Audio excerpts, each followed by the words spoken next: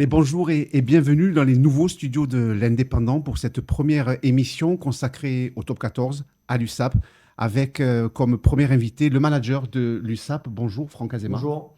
Et puis les deux plumes acérées de l'Indépendant qui suivent au quotidien et qui décryptent l'actualité du Top 14 et de l'USAP. Hugo Beauvais. Bonjour Hugo. Salut Bruno. Et Paul Roch Brunotan. Salut Bruno. Au programme de cette première émission, on va revenir sur les résultats de cette première journée de Top 14, sur les performances qu'on peut en retenir, le débrief bien entendu de la défaite de l'USAP contre Bayonne à Aimé Gérald, et puis on va surtout se projeter sur ce bloc terrible de 9 rendez-vous, Toulouse samedi, le Racing en suivant. On ne pourra pas éviter de parler des tuiles pour Solo Tuilagi et Jack McIntyre, et puis on découvrir un petit peu plus Franck Azema et ses 19-20 saisons de manager avec toute l'évolution qu'il y a pu y avoir auprès de ces joueurs. Alors le rugby a changé aussi, mais il y a plein de choses qui ont changé autour du rugby et on en débattra. Ouais, justement, on va revenir sur les enseignements de cette première journée, Hugo Beauvais, où, déjà, qu'est-ce qu'on peut retenir de cette première journée? Il y a eu 4 victoires à l'extérieur. C'est la première fois depuis 13 ans que ça arrive en championnat. Donc on aurait fait forcément qu'il y en ait une un peu à moins sur cette journée. Donc effectivement, l'USAP qui s'est incliné face à Bayonne, à Aimé Gérald le 26-19. Pau qui a battu Castres à l'extérieur. Le RCT qui est allé gagner à Montpellier. Et le Stade Toulousain à Clermont. Donc ça confirme un peu ce qu'on dit depuis plusieurs saisons maintenant. Le top 14 se resserre d'année en année. Toutes les équipes peuvent aller gagner partout. On le voit encore ce week-end. Et c'est vrai que on le voit avec ses 4 victoires à l'extérieur, une première depuis 13 ans, c'est pas anodin. Même Castres, qui a fait une super saison l'année dernière, a pu se faire battre par Pau. Montpellier, qui a fait une très bonne préparation estivale, a été battu par Toulon, qui avait perdu ses 2 matchs amicaux. Donc c'est vrai qu'il y a quand même quelques surprises déjà sur cette journée. Et on voit qu'il y aura plusieurs surprises chaque week-end dans ce championnat. Paul Roch, on voit aussi, alors il a parlé de ses succès à l'extérieur, on voit qu'il y a eu des gros coups aussi à la maison. Il y a eu un gros coup de Lyon contre le Racing 92 à Gerland. Une victoire bonifiée, 32-7, qui s'est acquise notamment après une belle première période. Les Lyonnais ont tourné à 25-7 à la mi-temps. Cette victoire s'est notamment construite sur l'indiscipline des Franciliens. 19 pénalités concédées, je crois. 3 en mêlée aussi notamment, alors que c'était un des axes forts que voulait Patrice Colazo pour cette nouvelle saison. Et on a notamment vu aussi une équipe du Loup très au point sur son jeu offensif, malgré l'absence de Baptiste Couillou. À la mêlée, c'est Charlie Cassan qui a marqué un essai et qui a parfaitement animé le jeu lyonnais. Et ça permet donc au Loup de prendre la tête du championnat dès la première journée, à la différence de points par rapport au Stade français qui s'est aussi imposé avec le bonus offensif contre Montauban. Franck Azema, vous rejoignez cette analyse, déjà, ces 4 victoires à l'extérieur et cette perf du Loup? Ouais, c'est un championnat qui est très serré, très compact. Ça va batailler dès le départ. On le voit aujourd'hui dans la dimension compris les matchs de préparation. Ouais, c'est des bons résultats de la part du Loup et du Stade français qui ont réussi à prendre confiance dès le début sur leur terre. Voilà, j'aurais préféré qu'il y en ait eu de moins de défaites à la maison, évidemment, mais ouais, on en avait parlé fin de saison passée, chaque fois ça se resserre parce que on voit que chaque point compte. C'est aussi la frustration qu'est la nôtre à l'issue de ce match-là, c'est non seulement on perd, mais on ne prend pas un point.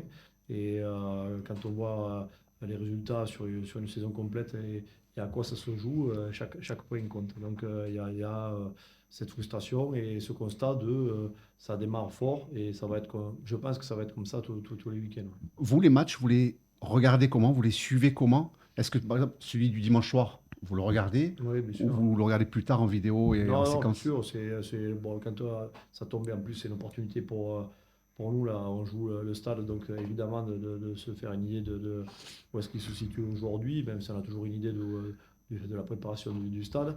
Mais même quand c'est pas un adversaire direct dans les premières semaines, ça permet toujours de voir un peu, se projeter, voir ce qui se passe ailleurs.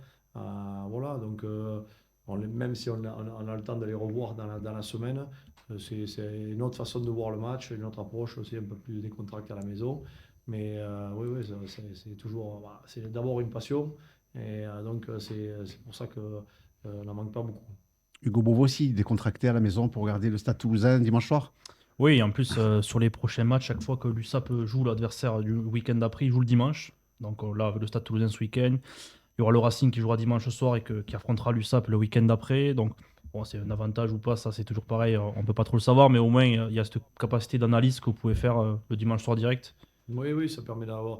On a les images le lendemain, elles sont déjà découpées, mais on arrive le lundi matin déjà avec une idée assez fraîche en tout cas, ça vient étayer, et notamment sur le début de saison où on n'a pas beaucoup de recul sur les matchs de préparation, ça permet d'étayer un peu nos ressentis. Oui, parce que là, sur le Racing, vous avez déjà commencé à travailler. Forcément, vous ne Mhm. travaillez pas juste à 5 jours avant le match, c'est Non, on essaye de se parfois 2, 3 concentrer quand même semaines. sur le match, mais on a l'équipe. Il y a toujours une équipe derrière l'équipe. C'est les analystes vidéo qui passent en amont, qui mettent presque 15 jours, 3 semaines en avant les 3-4 derniers matchs. Et permet d'alimenter, de préparer, de disséquer un petit peu plus les montages, de se préparer sur avoir une idée d'ensemble vers quoi on va, et après de rentrer dans le détail avec les joueurs. Vous avez combien de personnes qui travaillent à Euh, la su- vidéo? Sur la vidéo, ils sont trois. Mais les jours de match, on a l'impression qu'ils sont plus. Non, ils sont après. Parce qu'il y a un adjoint qui vient Ouais, il y a peut-être. toujours des stagiaires qui sont avec nous.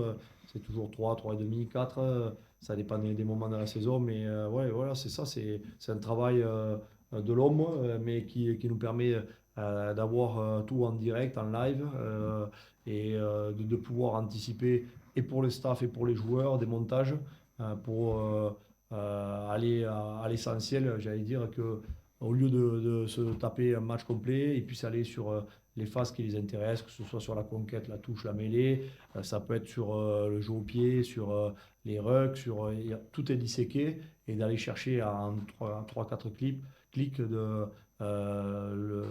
que vous recherchez réellement. Hugo, on va revenir sur cette défaite inaugurale de l'USAP où on attendait que cette équipe valide pardon, tous les signaux positifs, tout ce qui a été ouvert, tout ce qui a été écrit dans nos colonnes tout cet été. Malheureusement, il y a eu la réalité du terrain. Oui, effectivement, c'est vrai que ça fait plusieurs années maintenant que l'USAP n'arrive pas à remporter ce premier match à domicile. On a beaucoup parlé de facteur mental avant cette rencontre. Effectivement, il y avait voilà, un bon recrutement, le centre de performance qui a amené quelque chose de positif dans le groupe, dans le vestiaire. C'est vrai que ce premier match, forcément, perdu contre Bayonne, ça amène de la déception, notamment auprès des gens qui, chaque fois, bon voilà, comme on l'a un peu expliqué, nous aussi en conférence de presse, qui avait un peu la sensation d'avoir revu un match de la saison dernière. C'est vrai que c'est dommage que l'USAP n'arrive pas à se lancer positivement dans ce championnat parce qu'il y a quand même un bloc de 5 matchs avec 3 réceptions plutôt abordables entre guillemets sur ce bloc-là. Donc c'est vrai que commencer par une défaite à Aimé Gérald, c'est jamais l'idéal dans tous les cas, mais encore plus là dans ce premier bloc de championnat qui aurait pu être assez abordable pour l'USAP. Ouais, là, forcément, on n'a pas envie de traîner ça comme un boulet. Non, non, c'est le championnat abordable, c'est comment on veut le voir. C'est toutes les équipes, elles ont aujourd'hui de la qualité, donc tu peux les prendre dans n'importe quel ordre, ça reste consistant. On recevait Bayonne qui était demi-finaliste la saison passée, on va à Toulouse qui est champion, on reçoit le Racing qui a fini fort l'année dernière sur leur fin de saison.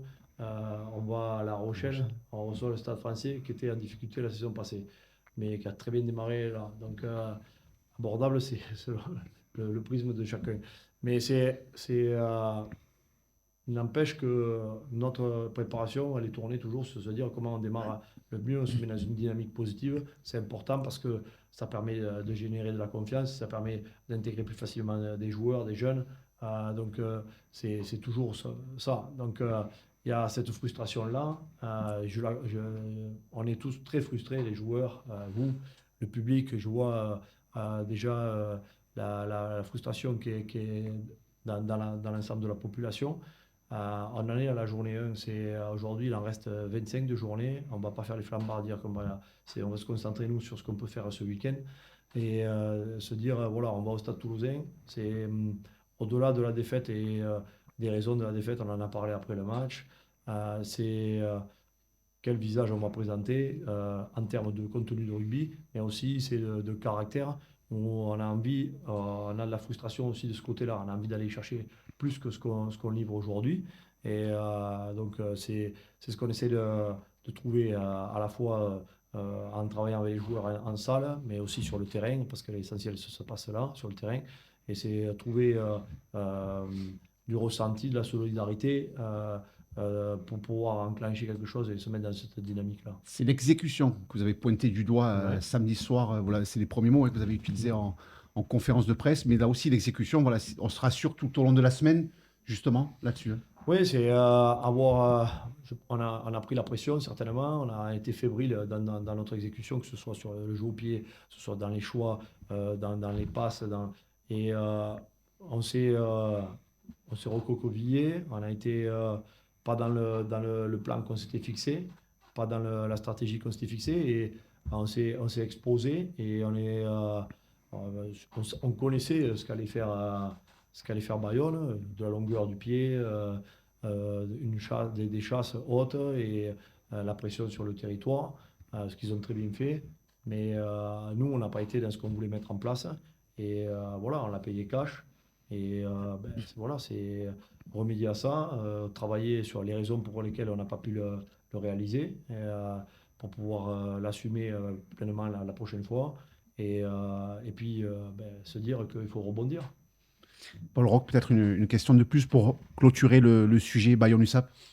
Oui, USAP Bayonne. c'était même au-delà pour un peu se projeter. Le fait, sur ce premier match contre Bayonne, il y a l'exécution et parfois on parle un peu de l'aspect mental, de vouloir trop bien faire, de ne pas avoir encore suffisamment de confiance et donc il y a des choses qui ne fonctionnent pas. Est-ce que là, d'entrée, aller à Toulouse, le champion de France en titre, qui est déjà bien en place, ça peut enlever un peu de pression et retrouver ces connexions-là sans trop se poser de Oui, questions? on sait que c'est difficile d'aller à Toulouse toujours. Donc, c'est quelque part, pour nous, c'est quel visage on va présenter là-bas, dans la façon d'aborder à la fois dans l'intensité qu'on peut livrer, mais aussi dans le contenu. Oui, on ne doit pas avoir de retenue par rapport à ce qu'on doit livrer, euh, être dans la prise d'initiative, évidemment, mais au fond de soi, tout le monde a envie de livrer quelque chose de bon. Donc, c'est aussi une bonne pression que d'avoir ça sur les épaules. Donc, je rappelle que c'est un est privilégié, comme c'est notre passion, et que aussi, c'est voilà, arriver à absorber ça. Perpignan, c'est différent pour ça, mais c'est aussi en tirer 200%, apprendre à en tirer 200%, et pour pouvoir l'exacerber après sur le terrain. Donc, on est encore dans l'à peu près là-dedans, et il faut que ça fait partie des choses aussi sur lesquelles on évoque. En termes d'objectifs, là, il y a un bloc de 9 matchs qui va vous mener jusqu'à début novembre, je crois, Ouais. le déplacement à Pau, ce qui est énorme, 9 matchs consécutifs. Mm. Vous l'avez scindé ou vous êtes fait un objectif parce que 9 matchs, ça sera un tiers du championnat? Ouais, Vous voulez faire un point à la fin ou au bout de 5 matchs? on essaie d'abord donner ce bloc de 5 matchs, et après un deuxième de 4 matchs, pour essayer d'avoir. On a cet objectif de 9 matchs, mais c'est essayer de le planifier de manière un peu différente, d'avoir des objectifs un peu à très court terme et à moyen terme. Et on sait qu'on a une saison qui est très très longue, mais déjà se concentrer sur ces 5 premiers rendez-vous, avec il y a 3 réceptions et 2 déplacements, on les a cités tout à l'heure, et se concentrer déjà sur ça. Mais comme on le dit souvent, c'est match après match, et c'est pas pour autant qu'il faut qu'on change de cap en permanence. C'est justement, si on est capable de garder notre process et le travail qu'on met en place semaine après semaine, qui va faire qu'on va avoir un effet sur ce qu'on va essayer de produire. Donc, si on est dans la tourmente et qu'on s'effraie de chaque contre-performance, c'est pas comme ça qu'on va y arriver. Donc, oui, on est en colère, on est frustré, on est déçu, comme vous tous. Par contre, ce qu'on peut maîtriser, c'est ce qu'on fait à l'entraînement et avec quelle intention on va le livrer. Avoir notre effectif, un maximum de garçons sur le terrain, jouer de la concurrence, essayer d'impliquer tout le monde dans le process, et pour qu'on ait cette émulation. Hugo Beauvais avec déjà 2 gros blessés qui ont rejoint l'infirmerie samedi. Oui, la première mauvaise nouvelle, samedi en début de journée, le forfait de Posolo Tulagi, qui a une fracture de fatigue à une jambe. Forcément, ça aussi, ça a joué sur la préparation de ce match, le forfait de Posolo Tulagi, et forcément, pendant la rencontre, la grosse blessure de Jake McIntyre, qui s'est rompu les ligaments croisés du genou. Grosse mauvaise nouvelle aussi pour l'ouvreur australien qui a été longuement blessé l'année dernière entre sa rupture du pectoral et une entorse au genou. Donc voilà, pareil, il va être un peu à l'infirmerie pendant 6 à 8 mois, sachant qu'il en a passé déjà 6 l'année dernière. Donc mentalement, quand même, pour ce joueur, c'est assez compliqué, même pour l'USAP évidemment. Mais c'est vrai que pour le joueur euh, qui passe au moins dans 1 an et demi quasiment à l'infirmerie, c'est assez compliqué. Donc voilà, c'est vrai que c'est des mauvaises nouvelles déjà pour commencer la saison. On a eu beaucoup de joueurs à l'infirmerie déjà l'année dernière. Pour l'instant, il n'y en a pas énormément, heureusement. Mais si à chaque fois qu'il y a un joueur qui se blesse, il y en a pour une longue durée, c'est vrai que ça pourrait devenir assez compliqué pour le club catalan. Oui, vous connaissez la musique, vous appréhendez ces situations-là, on les accompagne, les joueurs, c'est toujours pareil, mais l'urgence pour vous, c'est d'ouvrir un petit peu les réseaux pour aller chercher le joker. Ouais, on va d'abord pour Pozzolo, c'est moins grave que prévu. Donc je pense qu'il y en a pour 15 jours, 3 semaines. C'est pas une fracture finalement de fatigue, mais il y a un impact. Et donc Tant mieux. c'est plutôt rassurant de ce côté-là. Évidemment pour Jake, le fait de l'avoir perdu pour les 6 prochains mois, on est en train de regarder, oui, ce qu'il pourrait y avoir sur le marché en termes de recrues possibles et de jokers. Maintenant, les premières pistes qu'on a, c'est pas, il y a rien de vraiment d'intéressant. Il y a pas mal de clubs qui cherchaient aussi cet été à ce poste-là. Donc forcément, on suit ces pistes-là. On est en éveil là-dessus. On va regarder. On va essayer de ne pas repartir sur le même cycle que l'année dernière. Je crois qu'on est dans une autre histoire. On a tourné la page, voilà, je pense pas qu'on soit impacté de la même manière. Il y a d'autres solutions, enfin, il y a des solutions en interne, parce qu'il y a encore un joueur, il y a deux joueurs qui n'ont pas été titularisés ce week-end pour préparer Toulouse. Mais il y a Tommaso Allan d'abord qui a couvert le poste de 10 déjà l'année dernière pour pallier la blessure de Jake McIntyre. Il y a Tristan Teder qui a pris la place à l'ouverture pendant le match contre Bayonne. Après, il y a deux autres joueurs aussi derrière qui ne sont pas encore revenus à la compétition, Antoine Ocagne et Gabin Kretschmann. Peut-être est-ce que ça peut être des solutions justement à court ou moyen terme, leur retour éventuel? Antoine est toujours en convalescence d'une opération cervicale sur la saison, fin de saison, qui avait été une opération sur un disque. Donc lui, il en a pour, je pense, encore un bon mois. Gabin sera en reprise la semaine prochaine avec le groupe. Donc ça, c'est plutôt bien de le retrouver aussi. Il a passé pas mal de temps à l'infirmerie l'année dernière. Et donc on est content de le retrouver. Et vous avez des espoirs qui débutent ce week-end contre Ouais, Montpellier. ouais. Là aussi, vous avez toujours ce Ouais, regard. ouais, ça, on va regarder aussi. Il y a Myron Failly qui va aussi reprendre la compétition avec les espoirs, qui peut jouer et qui joue à l'ouverture et sur lequel on a un regard aussi. Donc on aura des garçons sur lesquels on va avoir un regard sur les prochaines semaines. Oui. On approche votre 20e saison, non? C'est ça? Oui. Manager, entraîneur. Ouais. Le rugby a évolué, Mm. les hommes aussi, les joueurs aussi. Mais comment vous appréhendez l'entourage, tous ces réseaux sociaux qu'il n'y avait pas il y a 20 ans? Il y a 20 ans, vous gériez un joueur en cap à cap. euh, voilà, un peu ce qui se disait dans la presse, et puis ça s'arrêtait là. Aujourd'hui, il y a d'autres paramètres. Oui, mais bon, honnêtement, je ne suis pas trop impacté par ça parce que j'ai pas de réseaux sociaux. Donc Oui, mais vos joueurs, oui. oui, mais c'est pour ça que j'ai dit, je m'y intéresse parce que euh, c'est comment ils peuvent se protéger de ça et quelle importance j'y accorde. Quand tout se passe bien, c'est quelle importance j'y accorde à ce moment-là. Et quand c'est plus dur, quelle importance j'y accorde aussi. Donc pour moi, on peut tout écrire, on peut tout entendre. Après, c'est le respect des gens, c'est important. Euh, Après, je les ai pas. Donc on me rapporte. On dit ouais, on dit ça, on dit ça, on dit ça. Mais bon, j'aime bien quand les gens ils viennent se présenter et qu'ils viennent en parler. Voilà. Derrière un ordinateur, c'est toujours facile. Un pseudo, on peut faire des raisonnements. C'est que voilà. Mais c'est comme ça. La société, elle est comme ça. C'est pas qu'à l'USAP, c'est pas que dans le rugby. C'est dommage d'ailleurs, mais c'est comme ça.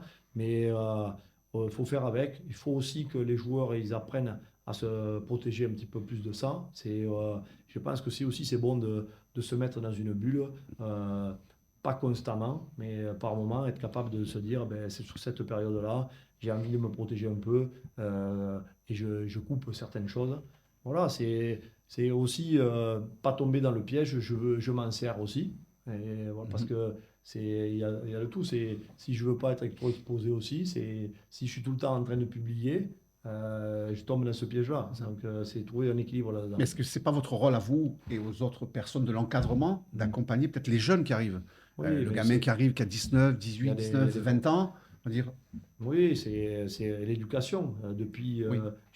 à domicile, c'est à l'école de rugby, c'est au centre de formation, c'est des choses qui sont évoquées constamment. Mais malgré tout, vous avez des gamins à 7 ans, 8 ans, ils ont un portable. Donc c'est comment ils évoluent avec. C'est apprendre à bien maîtriser ça et aussi à se blinder un peu autour de ça. Et je vous dis, c'est faire la part des choses. C'est le bon sens qu'il va y avoir dans l'utilisation de cet outil-là. Il y a des choses qui sont très intéressantes et il y en a d'autres qui sont lamentables. Donc, c'est perdre du temps. Donc, oui, mon rôle, c'est de les aider là-dedans, mais mon rôle, c'est d'abord la compétition et la performance. Donc, il ne faut pas qu'on s'éloigne de pourquoi on fait du rugby. Euh, j'ai fait partie de cette génération où on a été privilégié parce qu'on démarrait par passion et parce qu'on avait, c'est devenu un métier. Mais quoi qu'il en soit, je connais les règles avant de m'engager. Donc, il ne faut pas s'étonner de. Sur toutes ces années de manager, d'entraîneur, vous avez lu la presse? Ça vous en êtes éloigné ou vous l'avez jamais lu? On vous la rapporte? Est-ce qu'aujourd'hui vous lisez ce Non, qui est écrit? non, non, Ce qu'on écrit sur vous, non, sur l'indépendant? non, D'accord? Sur les apps? non, Pas du tout. non, pas du Mais on tout. vous le rapporte? Ou Oui, pas on du tout? me le dit, mais et, C'est une protection non, ou... c'est parce que même joueur, j'avais pas cette philosophie ou cette mentalité-là de me dire oui, je suis content, on dit ça sur moi ou je suis déçu qu'on pense ça de moi. Pour moi, ma philosophie, c'est de me dire j'essaye de faire le mieux que je peux pour l'équipe. Ce que je veux, c'est gagner. C'est comment je peux faire avec mon staff, avec la façon dont on travaille, les joueurs, la relation qu'on a, à avoir un équilibre et avoir une équipe qui performe. Euh, c'est frustrant quand on perd. C'est des moments de joie qui sont très très courts.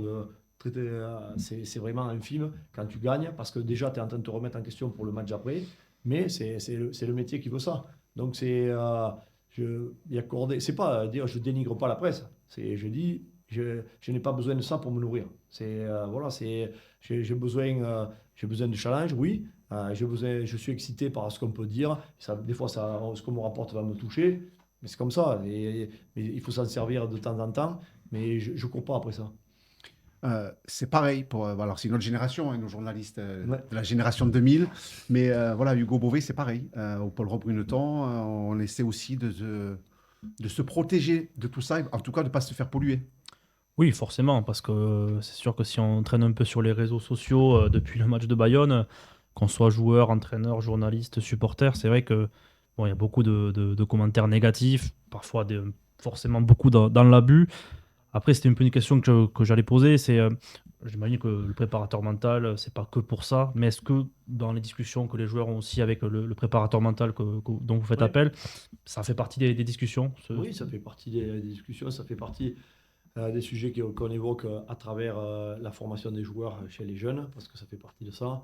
Déjà aussi, ils sont entourés, ils sont avec un préparateur mental et savoir à quoi ça sert un préparateur mental, c'est aussi apprendre à se protéger des réseaux sociaux, mais c'est aussi comment je peux me préparer pour un match, comment je peux me préparer pour ma carrière, sur un contrat, sur une contre-performance. C'est essayer de manière collective, en groupe, individuelle. C'est toutes ces choses qu'on cherche à évoquer, des scénarios, mais et puis c'est toujours bon de verbaliser les choses, d'échanger. Voilà, je vous dis, la règle, on la connaît. Tu gagnes en top 14, tout le monde est content. Tu perds, tout le monde est déçu. Et voilà, après, où sont les limites? Voilà, Mais on le voit, les débordements pour un oui ou pour un non. Tu fais klaxonner en voiture, tu réponds, tu peux te faire poignarder. Donc, ouais, j'espère qu'on n'en est pas là dans le rugby, mais je veux dire, on a vu ça dans le foot, on a vu des trucs atroces. Donc, je pense que ça n'a pas sa place dans le sport, mais c'est pour autant que les gens puissent s'exprimer, c'est normal aussi. On a parlé de toute cette pression. Vous l'avez connue à Clermont, à Toulon et à Perpignan. Elle est comparable, celle de Clermont ou celle de Non, Perpignan? c'est différent à Clermont. Il y a certainement une passion qui est aussi forte, plus dans le support que dans la pression exercée en permanence sur l'équipe. À Toulon, c'est ressemblant à ici. C'est méditerranéen. Ouais, voilà. Mais bon, faut se servir de tout. C'est un atout pour nous aussi. On a 15 000 spectateurs cette furia catalane qu'on revendique en permanence, on en est fier et je crois que dans le vestiaire, on ne cesse de le répéter au quotidien. C'est aussi la frustration qui est la nôtre parce qu'il y a des moments où on aimerait montrer plus que ce qu'on a montré là. Et ça fait partie de ce qui nous agace aussi, au-delà du contenu, de l'exécution qu'on a. Mais c'est pour ça aussi que les gens, ils ont cette colère-là. Et ouais, juste une dernière question là-dessus, sur ce sujet. On a l'impression que votre capitaine, lui, a été presque jeté en pâture, en tout cas pris par cible, plus par les réseaux sociaux que par ses performances propres. Le garçon qui n'aime pas prendre la lumière non plus, qui est plutôt timide, qui n'a pas à se justifier non plus. Mais voilà, là aussi, voilà, on doit l'accompagner, ce garçon-là. Ouais, je pense que c'est facile, mais c'est normal. Quand tu es responsable, quand tu es capitaine, quand tu es manager, il faut assumer les choses, c'est normal. Et c'est mon rôle, c'est son rôle aussi sur l'équipe. Voilà, c'est pas quelqu'un qui va venir pleurnicher pour dire voilà, et il a 80 sélections avec l'Argentine, il connaît le métier, il va pas trembler par rapport à ça. Il est touché, certainement, comme tous. Et voilà, mais c'est,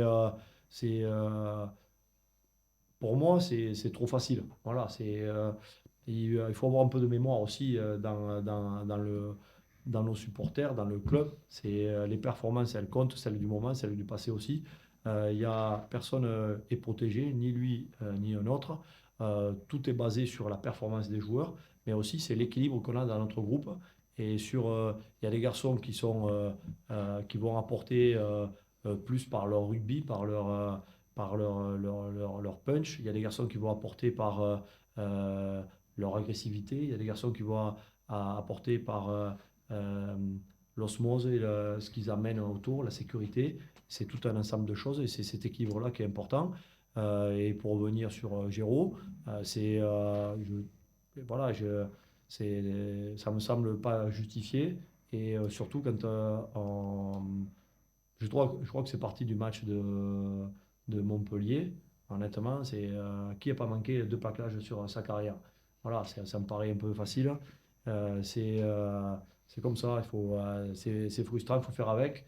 Je trouve que c'est manquer de respect par rapport à la carrière du joueur, par rapport à ce qu'il apporte au quotidien. Je l'ai dit encore hier soir, l'année dernière, il a fait 28 matchs et il a eu pas mal de matchs où je suis allé taper à sa porte, lui dire il était blessé, il avait mal, mais il disait rien et il s'entraînait et il jouait. Donc, il faut aussi respecter les gens. Ça, c'est une situation qui vous agace. Ouais, ouais, ça oui. Ouais, ouais, ça m'agace parce que c'est. C'est je pense pas qu'il se cache sur le terrain. Et il s'est pas caché samedi sur le terrain, quoi. Voilà, c'est. Après, il n'a pas 20 ans, qu'il soit pas en début de carrière, je le sais. On le sait tous. Voilà, par contre, c'est qu'est-ce qu'il transmet dans le vestiaire, qu'est-ce qu'il transmet sur le terrain. C'est cet équilibre-là. Et dans le moment de sa carrière, c'est il a besoin d'apporter en ce moment. Voilà. Ça ne veut pas dire qu'il va jouer tous les matchs. Il le sait, on en a parlé, et tout le monde le sait. Mais c'est aussi, il a un rôle à jouer. Et comment transmettre le relais aussi, c'est notre manière de l'accompagner le mieux possible aussi. Allez, Hugo Bouvet, qu'est-ce qu'on peut souhaiter à l'USAP samedi?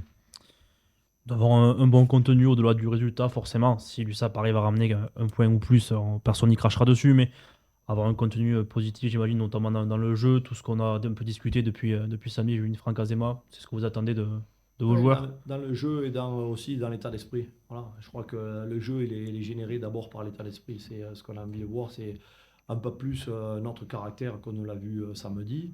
Alors, tout est lié, mais en tout cas, on a envie d'abord de se concentrer sur ça. Allez, une prédiction, Paul Roch, pour samedi?